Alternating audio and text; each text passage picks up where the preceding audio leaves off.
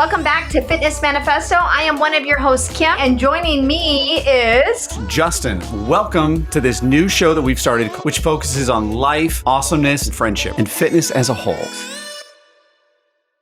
I think we've got a very special guest today. Are you excited? Super excited for this episode. It is going to be amazing. All right. So we want to welcome in Steve Hlavac into the show. And Steve, welcome. Thank you guys so much. Thank you for having me. Excited to be here. Absolutely. We're happy to have you. Very excited to have you. So Steve, before we get started here, tell us a little about yourself. Absolutely. Yeah. So I am 34 years old. I'm married for the last 6 years now. We have a son. He's a year and 9 months old. His name is Jackson. My wife and I have owned and operated a personal training gym for the last over 9 years. We've gone through quite a bit over the last 10 years of this journey with the business and some personal things. And I'll get into I'm sure the full details of the whole story here in a few minutes, but I've gone through a lot over the last 10 years, and I'm at the point in my life now where I feel like I can provide with my story a little bit of motivation and encouragement for people who may be struggling with the same things. Yeah, that's what I'm here to do. I'm just excited to share my story, hopefully encourage and motivate people to be able to do what I've been able to do, getting through some of these tough things over the last 10 years. Awesome. That's amazing. Fantastic. You said you own a gym. Are you a personal trainer? Yes, ma'am. Yeah. Yep. I've been a personal trainer for over 10 years now, and I took the hard road. I never had a job. So I did 2 internships while I was in college, and right out of school ended up having an opportunity to start a gym. And so without any experience with limited experience in the industry itself. So I was a novice trainer, had no experience with sales, no experience with business or marketing, decided to open up a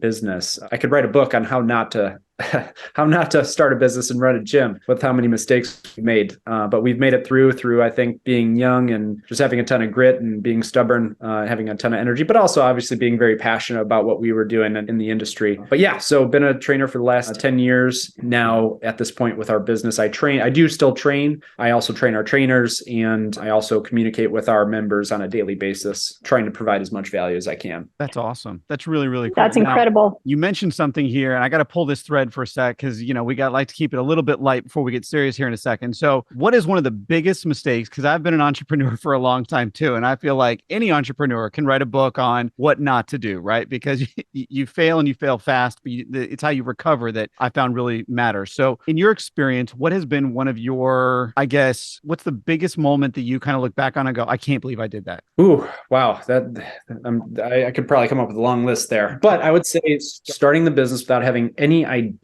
of the financial responsibility that it takes, not having any sort of marketing understanding or budget in place. It really made life way, way harder than it needed to be. I can't tell you though, it's something that personally I needed. I really needed this experience for me as a person, as a man, to grow and to learn, just kind of with how I was raised and everything I went through growing up. While I wouldn't ever recommend the path that I took, I am personally grateful for it because I truly did need it to develop as a person, as a man. Awesome. So you opened this gym, no experience. What got you to that point? So you literally started from the bottom and worked your way up. So now you've dropped a couple hints. What was the bottom where you started from? I went to college and I studied exercise science. I did 2 internships, and it was my second internship where both the trainers couldn't be there that day, and I got to run the gym for that Saturday. And I thought it was the coolest thing. During that time, while I was in the internships, I was coaching and training my friends and family just because I loved it and I wanted to share with them what I was learning. Someone ended up offering me to use their space in their garage as a training space so long as I continued to train her. So I trained her for free. She bought all the equipment, turned it into a gym, and then I got to train anyone I wanted out of there. And then all of a sudden, 7, 8 people would start showing up to this little baby half garage, and we had nowhere to really move. And then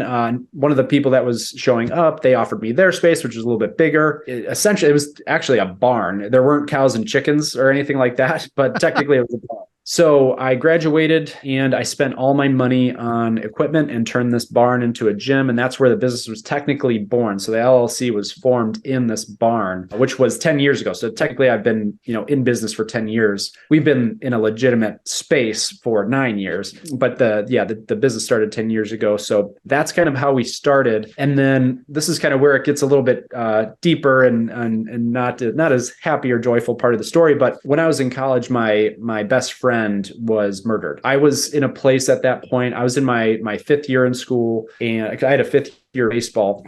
So luckily I wasn't there when this happened. Otherwise I would. If I wasn't playing baseball at the time, I would have been there with him. He was my best friend. He was like my brother. He was my role model. And I'm somebody who I don't really have a whole lot of people in my life by choice. I choose my friends really wisely. I'm very guarded in that way. And so it was a tremendous loss for me. And, it took me through this horrible experience, which we can get into later. But anyway, fast forward several months down the road, I'm at the barn already. I'm doing my thing. I'm training people. I started a business in there. Sean's my friend who was killed. His dad and his brother and I met up to go golfing to plan a fundraiser for his scholarship that he has at the college we went to. When I got there was another guy there who I didn't know was going to be there. Like I got there and our golf was paid for, and there's these Pro V1 golf balls in the golf cart. I'm like, I have no business hitting these things. What are we doing? And it turns out this guy paid for everything. Little did I know throughout the day, Sean's dad was really talking to this guy about what I was doing and everything. And turns out that he was one of the biggest investors in our college's history. And at the end of the day, he wanted to support what I was doing.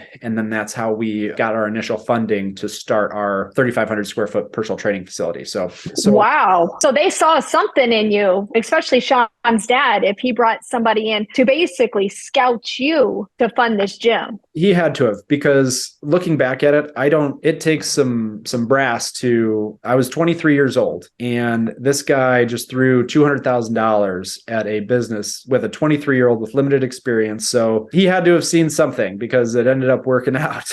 But I don't know if I'd have the guts to do that at that point, with what I know about 23-year-olds now. It's kind of crazy. But what a blessing. Yep. No, it was. It was definitely a blessing. See, and that's one of the things that I think is so neat, because playing it forward like that is huge and getting a break is amazing. But the cool part, I think, is that you were ready for it. It's funny that we associate age with so many things, but yet I find that it's never age related. It's your drive and ability, because we can all go back in time and think about these experiences we've had in life and looked at it and said, well, I wasn't 30. So what? There's billionaires that are 19.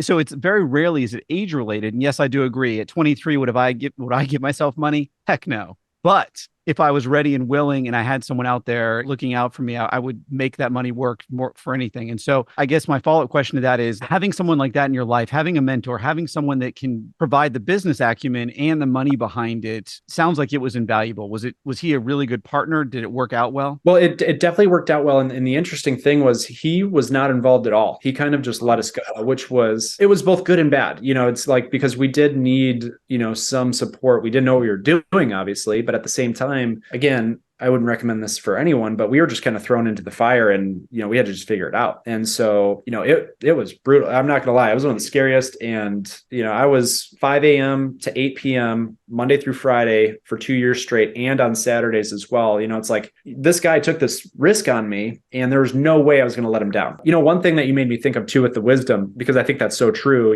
age does not equate to wisdom, as we all know. One of my favorite quotes about wisdom that I've actually recently just heard is that wisdom is just pain that is overcome. And that's it. It's like, if you can teach that to people, like, that's truly wisdom in my opinion. And I just love that. I love that quote. And you just made me think of that. But you saw the finish line. You knew where you wanted to be. You had that support system and you ran with it. And look where you're at now. You own your own gym. How many employees do you have? So we have 4 that are essentially full-time, not including my wife and myself. And then we have several interns as well. And the business runs really, really well with the staff. Our staff is unbelievable. We are so lucky, because I tell you what, these people are fantastic. They work really hard. They love what they do. Great employees. And that took time. That took a lot of time. We've never had a team like this. They are awesome. So I want to give you just a slightly different perspective on this, because in my quote unquote real job, this is one of the things I do. And it's so funny to me, because almost every entrepreneur out there, or anyone in an organization that has a good team, is grateful for it. And I want you to be grateful. But you have to realize that it's you that puts the team together. So your wife and you, I don't want to discount the fact that you guys also have a gift for team building. And at some point, it's worth going into talking about how you build a team, because it's one of those things that people take for granted a lot of the time, right? But team building is the hardest part of a business. Anyone can make money. Anyone can make sales. Anyone can go on the internet. Okay, that's easy. I hate to say that, but that's the truth of it. Building a good team and surrounding yourself with good people. And again, I think it goes back to your upbringing, which we'll get to in a second here, where you're selective in who you put around you. You said that a few minutes ago. And the same thing is with how you build your teams. You're selective in who you hire. So high five to you, 1, and 2. Absolutely. Never discount discount the fact. I want you to be grateful for it, but realize that you and your wife have a skill set that is highly desirable out there because you did it and you continue to do it. So that's bad. Awesome sauce. So let's go back to your conversation here in terms of your upbringing, because I think getting to this stage at 33 is kind of cool. Your bio that you sent us blew me away because I think it was incredible. It can be relatable to so many people. Talk to us a little bit about your upbringing, because I think it'll become obvious to everyone else listening to this how you ended up where you did. Yeah, no, absolutely. Growing up, I luckily loved being active my whole life, right? So sports was my life. Played literally every sport there was. I was never in the house. Little did I know at the time, just due to being young and kind of ignorant and, also just not being home, it ended up being a big blessing because I was avoiding a very toxic environment at home with, just drugs, alcohol, addiction, toxicity between family members. There's just a lot of negativity that I was avoiding in, being involved with all the sports. So very lucky. I didn't even realize that until later in life. One of my brothers is 6 years older than me. He's somebody who's genetically gifted. So if he looks at a weight, he gets bulky. He's one of those guys. And I saw him come home from football practice. Oh my gosh. I didn't even know muscles like that were even possible. So that really inspired me to get into training, along with all the benefits of, seeing the improvements in performance and the rewards you get for that and how good you feel after. So I fell in love with training from a young age. I started working out at 11, fell in love with it then. And that continued on all through high school. And then all through college, I played football and baseball. The honest truth about my fifth year in college is not due to just having a fifth year of eligibility for baseball. It was because I didn't like school. I didn't care about school. I was so immature. Part of it too was my family growing up. They never held me accountable for anything. I was the kid who got to college. I didn't know how to do my laundry. It was bad. I was a child. I was very much a child for a long period of my life. So anyway, I get to college and I get to my fifth year. And in 2012, this is when my best friend and I, so interestingly enough, he was randomly assigned as a roommate my sophomore year in college, which was crazy. Kind of funny. He shows up, he's a redheaded kid and shows up to a football meeting. And he usually had a chin strap with a goatee, but for whatever reason, his goatee was shaved. So he just had really long red sideburns. He looked like a weirdo. I was like, no way this dude is going to be my roommate. So, but anyway, but then I met him and it was one of those moments where you just immediately connect with somebody and we just hit it off. Fast forward through college, we're best friends. We kind of inseparable. He had graduated. He already got his first year out of college. He got a job as a teacher. So he's a second grade teacher. And what happened was he was going back to where he went to college because he was the president of the education club when he was a senior and he wanted to go visit everybody, right? So they did a bowling event. So he met up with one of our other best friends who was at this bowling event because he was a teacher as well. They ended up going out to a bar that most of the college students at our college went to. It was kind of as our college bar. There was a North Central student and another random person sitting at a booth and they were kind of jawing back and forth at each other. And so my friend just saw it happening. They're like, we should remove our friend from that table to stop that from happening. So they go over there, get them to shake hands. As soon as they shake hands, this guy from across the booth pulls out a SWAT team tactical grade switchblade. It reaches across the table, stabs the other student right in the chest. Oh my goodness. This student was so lucky. Your heart and your diaphragm rest on each other. The blade went in between. So he survived. Wow. The guy just tried to walk out of this place. Sean went after him. Guy still had his knife out. I saw the security footage. It's unclear if Sean actually put his hand on his shoulder, but you could tell he's yelling at him to stop. As soon as he got close, he turned around, stabbed him straight through the heart. So yeah, that took me through. Obviously, that was the hardest thing I've ever, up to that point, had ever experienced. And it took me through this really long road of depression and alcoholism. And interestingly enough, I just started dating my girlfriend, obviously at the time, just 3 weeks prior to him dying. And at this point in my life, I was actually in a place where I was truly myself. I was completely focused on school, on baseball. I was going to give this last season of baseball everything I had. And I even committed to not drinking during the whole rest of the year, which for a college kid is a pretty big deal. And I was at that level of focus, right? And then he died. And then a couple of days later, we were at a bar and, that first drink happened. And then everything just kind of spiraled down from there. And I brought Kate through just the ringer over the following 9 months. I didn't treat her well at all. I gave her every reason to leave. And at one point she did. And I'm glad she did because I was treating her so poorly. Fast forward to December of 2012. December of 2012, about 9 months into my depressive state. And I run into her at a one of our best friends' birthday party. It was like a sign from God. When the second I saw her, it was like a fork in the road moment of my life. It was like literally I felt like I could hear the universe or God or whoever telling me like, this is your last chance. And ended up talking to her, convinced her to leave and go talk somewhere. And I literally told her that, listen, if I don't change, if I ever treat you the way I have ever again, I want you to leave me and never talk to me again. I held myself accountable. She gave me a chance, and it wasn't like a straight line straight up in terms of my recovery, but she could tell I was putting in the effort and getting better. And we got to the point where that kind of led into the opportunity to open the gym. And when we did that, she quit her job. She had a job right out of school as a paralegal. So she got the fun opportunity of explaining to her parents that, hey, I'm going to quit my job and open a gym with my boyfriend. So she quit her job and